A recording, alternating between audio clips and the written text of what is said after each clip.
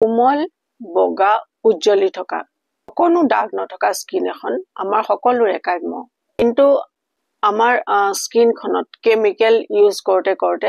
যেতিয়া আমি chemical use কৰো তেতিয়া আমাৰ খুব সুন্দৰ হয় তাৰ পিছত গৈ পেলাই লং টাৰ্মৰ কাৰণে আমাৰ স্কিনখন ড্যামেজ কৰি পেলাই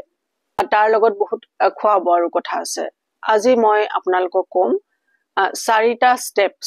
ষ্টেপৰ কথা কি কৰিব আৰু স্কিনখন আমাৰ খুব সুন্দৰ ভিতৰৰ পৰা যদি স্কিনখন সাফা নহয় তেতিয়া হলে আমাৰ স্কিনত লাহে লাহে ডাৰ্ট বিলাক সোমাই পেলাই